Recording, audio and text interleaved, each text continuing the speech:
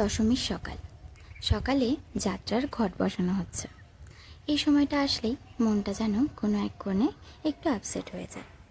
কারণ এই যে এই কটা দিন গেল, এত খুশি, এত উল্লাস, এত সাজগোজ, এত সুন্দর সুন্দর ঠাকুর দেখা, মূর্তি দেখা, সব যেন এখন বৃথা।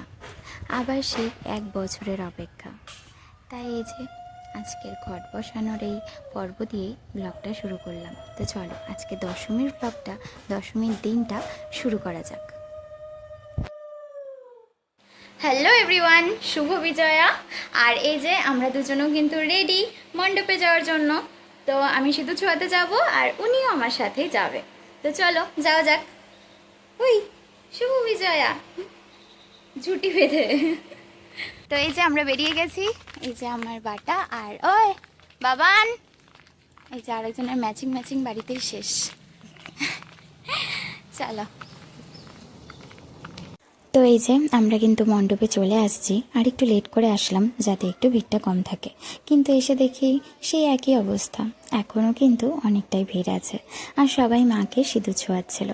তাই এই যে আমিও এখানে লাইনে দাঁড়িয়ে পড়েছি। আর মা সকালেই ছুঁয়ে গেছে, তাই মা এপাশে আয়েশকে নিয়ে দাঁড়িয়ে আছে। তো অনেকটাই ভিড় ছিল, তার জন্য কিন্তু একটু টাইম লেগে গেল সিঁদুর ছোঁয়াতে। তারপর এই যে আমিও চলে গেলাম মায়ের সামনে, মাকে সিঁদুর দিয়ে বরণ করে নিতে। আর মায়ের মুখে আজকে সিঁদুর লাগার পর যেন মায়ের মুখটা আরও উজ্জ্বল দেখাচ্ছে, আরও সুন্দর দেখাচ্ছে। আর চোখগুলো যেন সত্যি একটু আলাদাই একটা অনুভূতি এই টাইমটাতে। তাই এই যে মাকে মন ভরে দেখে নিচ্ছিলাম আর মাকে সিঁদুর ছুঁয়ে নিচ্ছিলাম।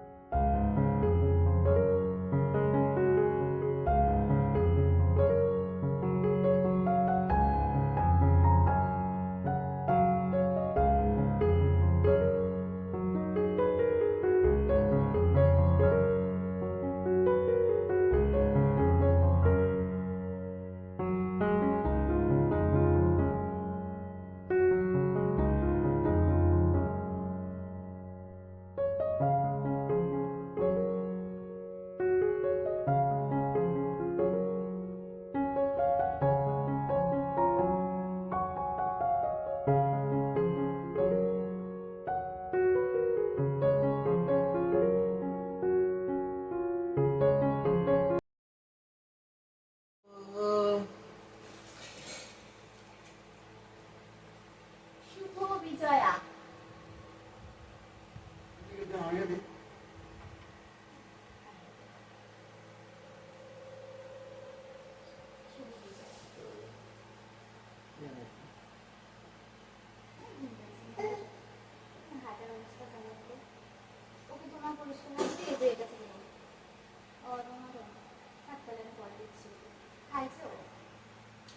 চলো সবাইকে শুভ বিজয়া। এখন আমি চেঞ্জ করে ফেলি, আয়েশে ঘুম পেয়ে গেছে। Hello everyone.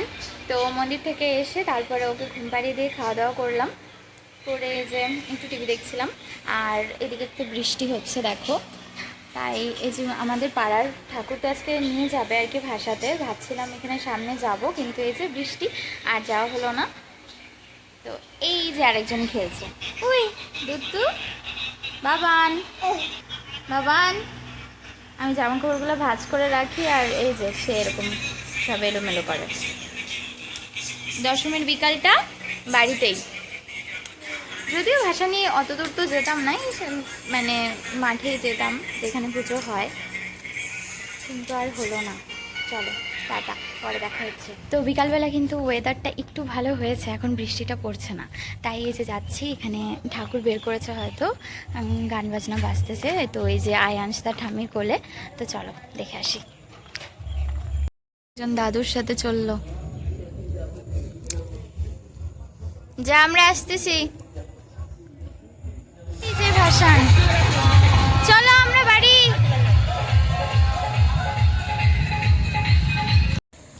তো এই যে সব এখন ফাঁকাই পড়ে থাকবে।